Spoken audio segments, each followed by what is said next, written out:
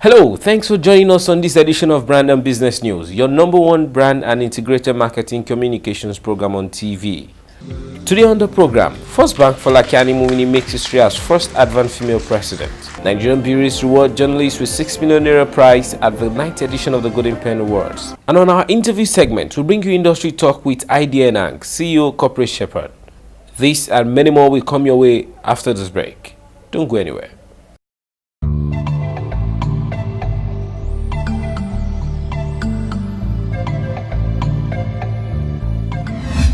You're welcome back. We begin this edition with brand event.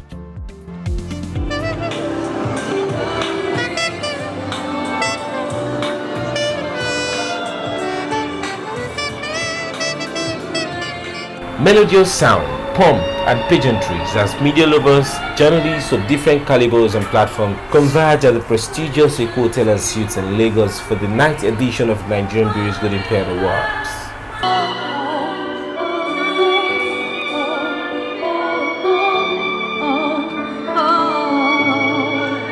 The event atmosphere exuded a mixture of joy and anxiety as the nominees for the different awards categories and other guests waited for the eventual winners to be announced by the award committee.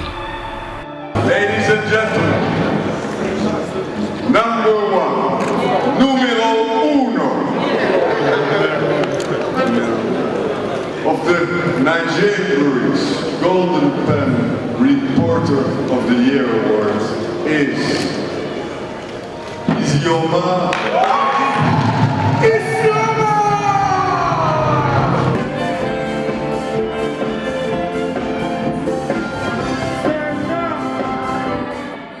Earlier, juries for the awards disclosed that there was great improvement in the content of this year's entries, which was centered on publications in agriculture and local sourcing, adding that they could compete with international reports. Speaking with Brand and Business News, the award organizers reiterate Nigerian breweries' commitment in rewarding excellence and ingenuity in the pen profession. We're proud of the fact that we've showcased those people who normally showcase other people. And for us, that is the beauty of rewarding the media, because our philosophy is winning with Nigeria. Some of the winners also bore their minds on the awards. When I was writing the story, when I was doing the assignment, I never thought of using it for any award. I was just doing my normal assignment and doing my thing my own way. I'm just lucky that it came out this way. I've shown that with commitment, with dedication, with integrity, you can get whatever reward. I want to say categorically that every company should emulate Nigerian Breweries PLC because they have touched our lives, the lives of journalists.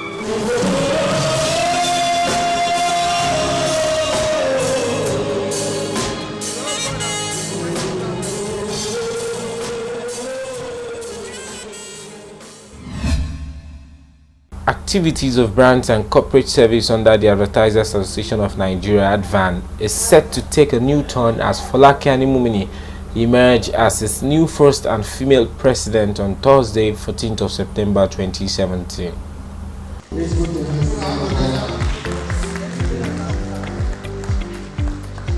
Folakiani Mumini, who is currently heading the marketing and corporate communications of First Bank Nigeria Limited, was sworn in at the closing ceremony of Advert Annual General Meeting amongst other brands and marketing professionals. Therefore, without losing more time,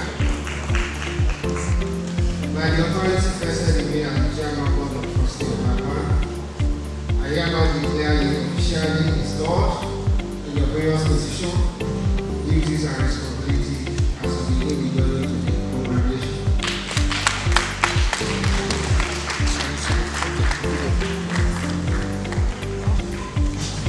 Speaking to Brand and Business News at the event, Annie Mumini described our new appointment as a humbling and rewarding experience, having spent some considerable amount of years in the association and marketing communication sector. I'm excited, but I'm also very humbled.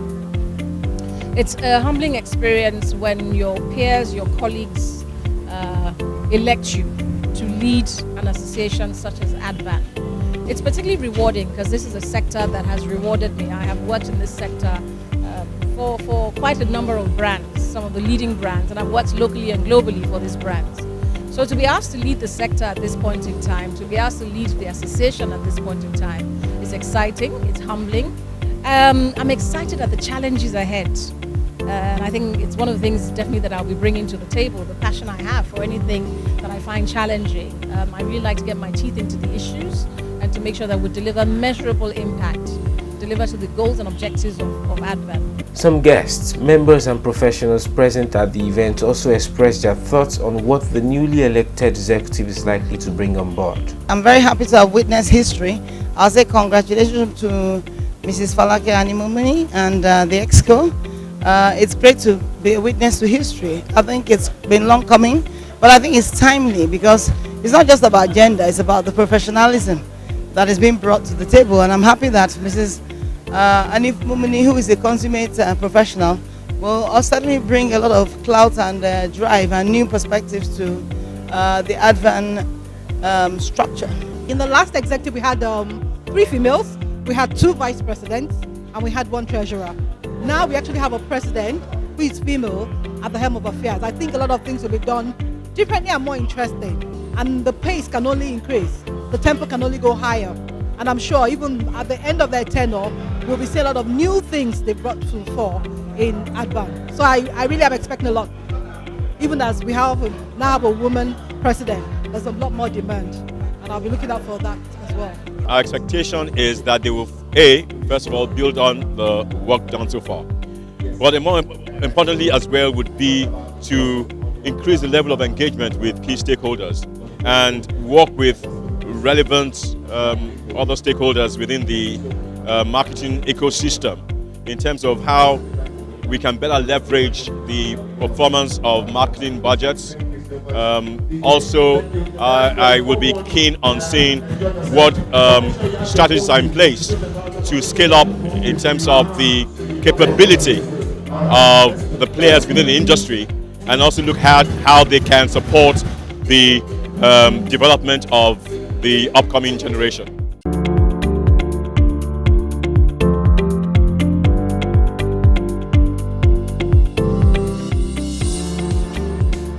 This press briefing is about the forthcoming Lagos Public Relations Week by the Lagos State Chapter of NIPR.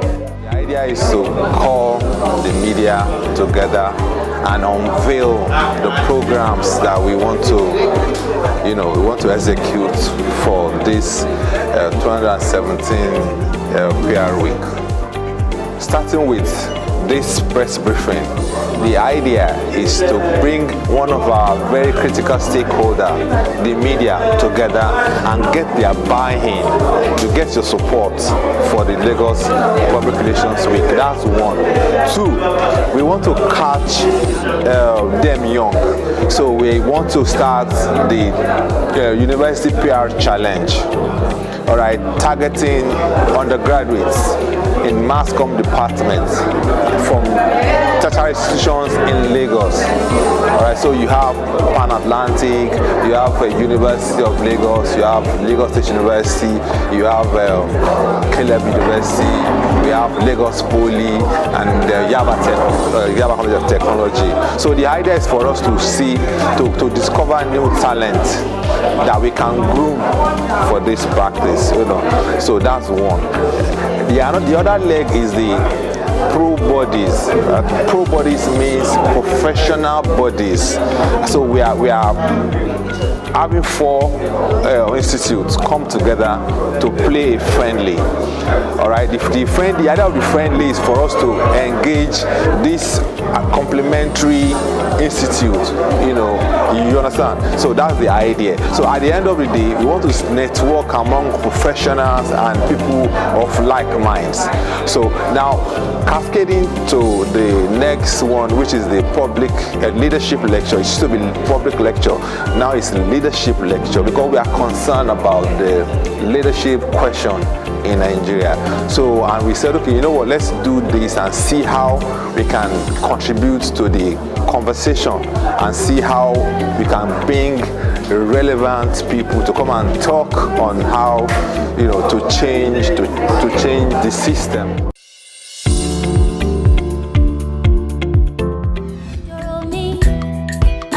do to love me? Doro me, baby. Jump question crooner Simisola Ogunleye has accused Nigerian men of not being romantic.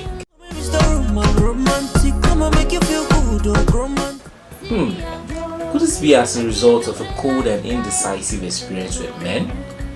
Men like Faust the Bad Guy and urban high life singer Adekunle Gold. Anyways, the Brantainment crew went on the street to get fans' reaction to Simi's opinion, and here are the views. This sounds like a blow to my face for a lady or someone to just wake up and say Nigerian guys are not romantic. And maybe it's because she has not seen a guy who has a romantic way of doing things. Maybe she can try me and see. Let's see how it goes. Me, Nigeria guys, so romantic. Nigeria guys are beautiful, romantic. I would say Nigerian men are romantic. Because as far as you can see guys outside trying to make money to please their girlfriend, to put food on the table, I think that is a definition of being romantic. I don't think Nigerian men are romantic. Because just from general, what I see everywhere, and the way they behave, the way they treat their women, even those that claim that they love their women, they are not romantic compared to other, in the Western world and other people that I see around. First to start with, are they really romantic? What is romance to a guy? Let's take for instance, the hustle and bustling right now happening in Nigeria. The regular guy will tell you, babe, let's leave romance first, I'm looking for money. So some to them, they think they can only be romantic when they have money. But romance itself, necessarily, in totality, doesn't have to do with money. Little bits, little things make women happy, basically. You do not have to go, tearing your pocket or your bank account, going red, to actually please or make them happy. On a more reasonable sense, if you understand what I mean. But a little bit of them are romantic. Not all, just few of them. Nigerian men, of course, they're romantic. Of course. And I heard the news about Simi saying Nigerian men are not romantic. I don't think she should say that because maybe if she said that, that means she have tested all the men around her, but she hasn't tested all Nigerian men. So she didn't say that Nigerian men are romantic in the sense that we care.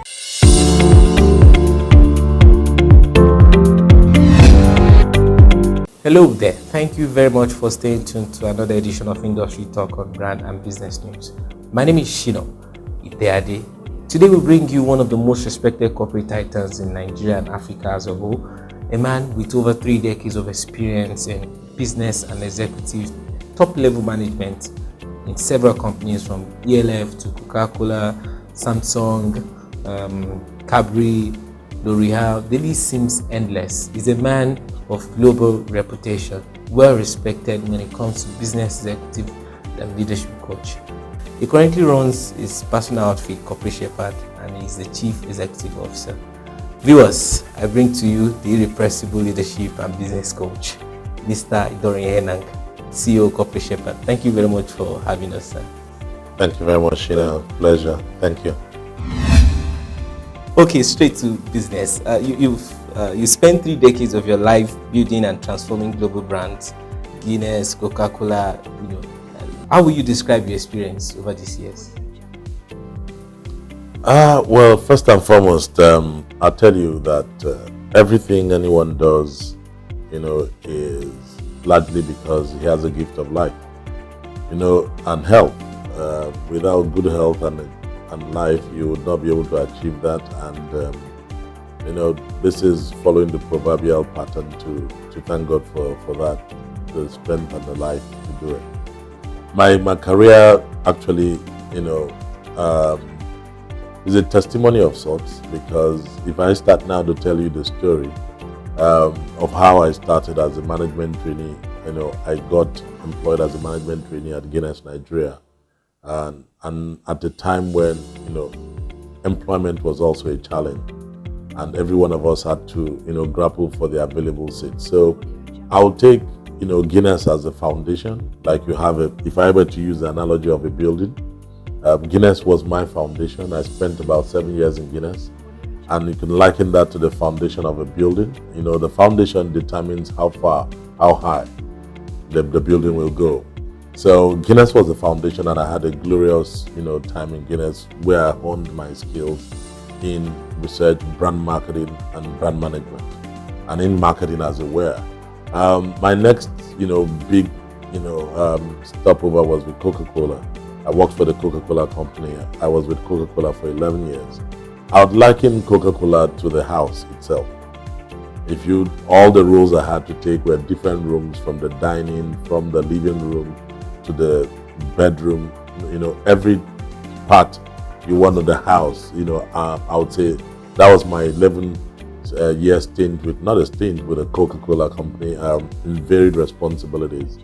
And that, to a large extent, allowed me to express myself. Now Cadbury, I joined Cadbury as a commercial director. I had the responsibility for running, just after the company had gone down. I always describe it as, when like the Titanic, it was just a mast that was left. And God gave, the wisdom and then the graceful team that we had to work together, the commercial team and other colleagues, to restore it back to glory. So Cadbury for me was the roof. It was the roof that made the house complete. My next two stops, Samsung as CEO and L'Oreal, I will call those ones, they were all the fittings. The house was already built, and it was time, to now put in the beautification aspect of it. You just want, those are kind of flush windows I want. You can now pick and choose and say, this is how, this is what. But the real bedrock of it, I would say 21 to 22 years of my career, especially the first 18, I will give that to the foundation and the building itself, which would be Guinness and Coca-Cola. So if I was to take a spread of my almost 33 decades, as you said, that's how I'll structure it, and put them in those compartments. In all these years living in this building, what are your best moments or best parts of the building? Each particular part had its best, and I tell you, Guinness, my best moment in Guinness was when I had the responsibility to launch Satin Brown. I give, sincere kudos to my then marketing director, Chief Ulumba, and also my bosses and mentors in the persons of Ekunefe Okoli, Akin Ayileka, and Ibrahim Dauda. And of course, other seniors like Ray Ubo, who were in production. These were the guys who actually helped make the launch. I launched Satin Brown at the time I was 28 years, given that responsibility, and it turned out to be a phenomenal success, to the glory of God. So Satin Brown was the best for me within the foundation period. Now you get into Coca-Cola. Wow, that would be a bit of, for 11 years, the best moment. I think the best moment for me was the time I spent in Kenya. I was managing 39 countries as strategic marketing manager for Coca-Cola, and I was based in Nairobi. I was an expatriate in Nairobi. 39. Yes, I was in Kenya then, Nairobi, and I had the privilege of setting some strategic properties that helped each of the brands. So for Coca-Cola, I set up a web portal then with the team. I remember in Kenya then, it was a big challenge. It was called lifeinred.com. Internally within the Coca-Cola company, within my colleagues, I was not getting the approval. But our legal counsel then, William Asiko, is Kenyan. William was able to get Atlanta to give me the approval. And then for Sprite, I set up a DJ Academy. And then a teens property for Fanta, Chagua Latinese. It's really in Swahili, Chagua Latinese. And then I had a DJ Academy for Sprite. Those three properties, 10 years after, while still with the company, were best practices that were being shared with the other parts of Africa when we had the African Congress. So, that would, for me, would be the best highlight of that period.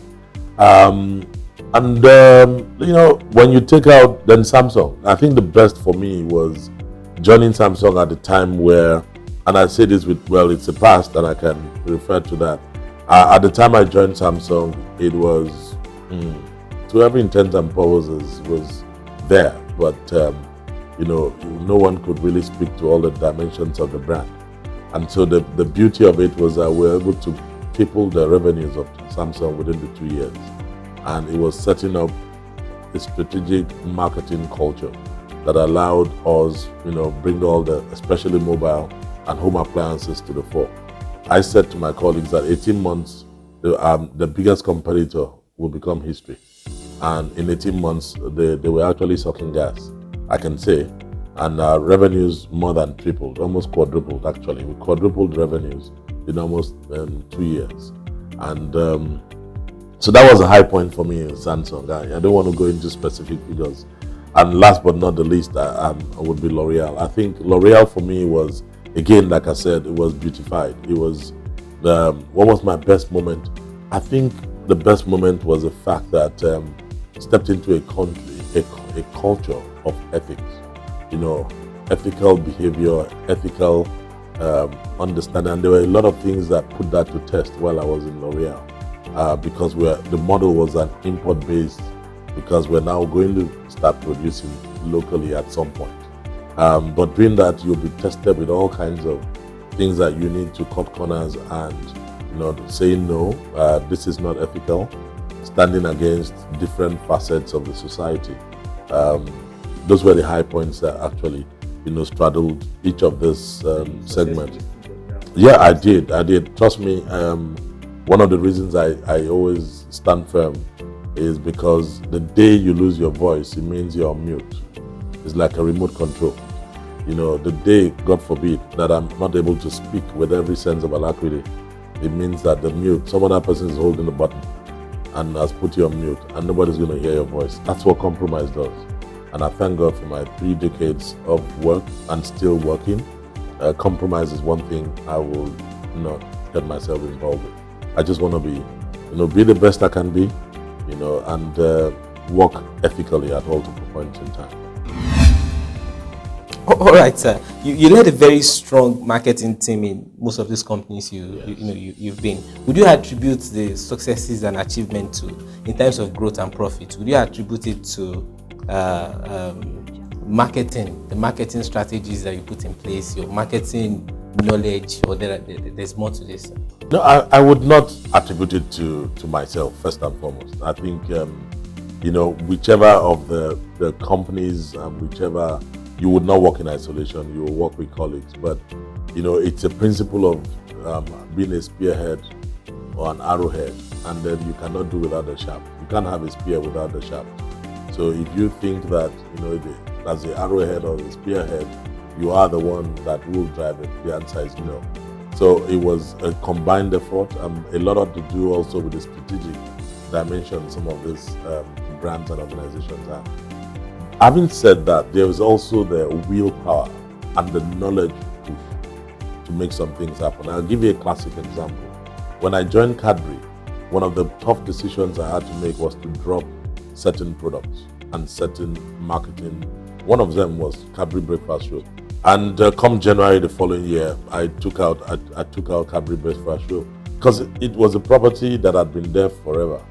He had done what he had done at that time. For me, it was not relevant again, and so I needed to use those resources differently.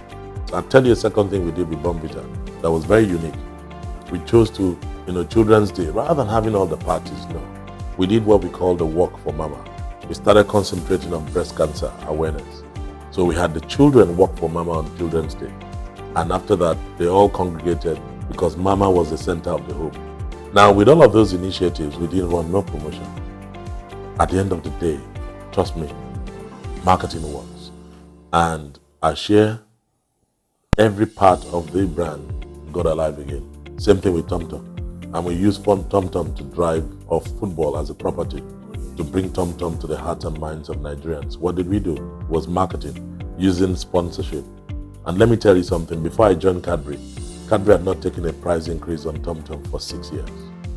But the minute I took on the property of being the official candy of the national teams, we activated the property, we stood with the Eagles, we were the Nigerians, we were the Eagles. After that, we took four price increases because we needed the revenue to be able to drive the marketing of the brand. So it was phenomenal. And so I'm giving you a classic example of the difference between having a corporate identity, and having someone in the driver's seat who has the vision, the wherewithal, and the willpower. Because in corporate, there's always a challenge. You may have a good idea, but you may not be able to force it through. But you need a political will to stand firm and say, hey, it's either this or nothing. And I think that's one of the things that I talked about earlier. You must make sure that it's ethical and above board. So, okay, did it ever occur to you that you would be a business executive coach at this point in your life? I always found pleasure in helping people. I wouldn't laugh at you because you can't spell the word, whatever word it was, but I'll help you, I'll correct you, or course correct you to get it better. So I started off that way. I didn't realize that it was something that was just ingrained in me until I think 2003 was just the time it came to life for me. And that's when God dropped the vision in my heart. And by 2008 into 9, I got that divine revelation to call the corporate shepherds. But before then, my wife and I used to go all the way to Ife. I used to get invitations to go speak to students. I would go on my own. Sometimes when I was in Coca-Cola, there'll be lunch hour fellowships. I just want to sit around young ones and say, folks, I think this is what you should do differently. So for you to stand out, hard work must come to play, because only God will be your father. And godfatherism in corporate has been abused, in every facet of our society. There's something that people don't understand between the godfather and godson thing. They don't get it. And this is not the time for that discussion, except you want to know more. Yeah, I know.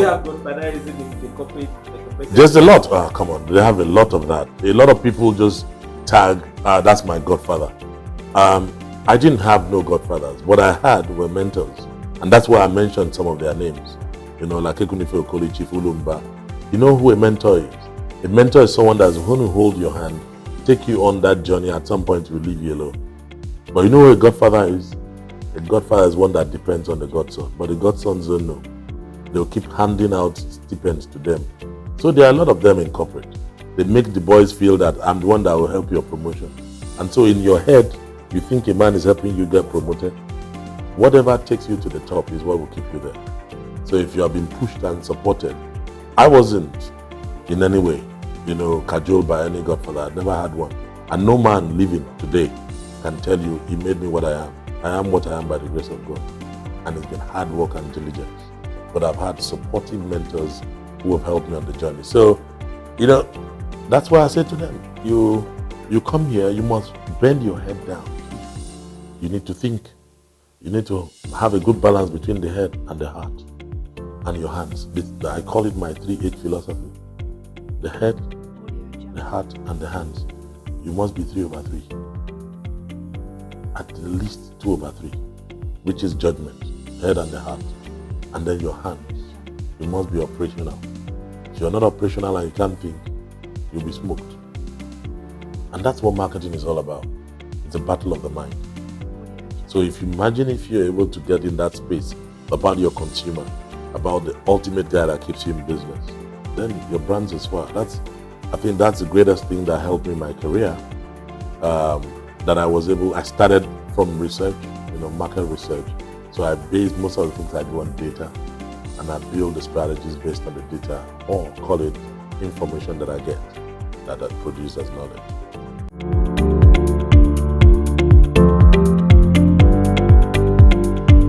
And now, Consumers Box on brand and business news. I don't know how it encourages young people. I don't know the lessons it promotes. So if the producer of the show are able to answer these questions, what's the moral lesson, or what should be morals that people should take from the show? How does it encourage young people to be better members of society? And then what actually should the audience take away? If they are able to answer those questions, then they can allow it to stay. If not, scrap it. To me, it's not reasonable. At least, if those people, they have money and they have some people to sponsor, at least there are some students out there, there are some best students which they can use their money to sponsor, which will be of benefit to this Nigeria. Not only band, they push, let them crush them, because the program is nonsense. will prefer when it is being banned. The reason is they are showing things that are not godly. The children are learning bad things. You can see this lady, if I may pronounce her name wrongly, is it Osu Brelli or Osu, one lady like that, where they can show she and her and a guy where they are having sex. I think it's inside the bedroom, and I think that is really affecting our youth and it's affecting the children that are watching television. And this is where we draw the curtain of this episode of Brand and Business News. Do well to subscribe and follow our social media platform for latest brand and industry news. Bye for now.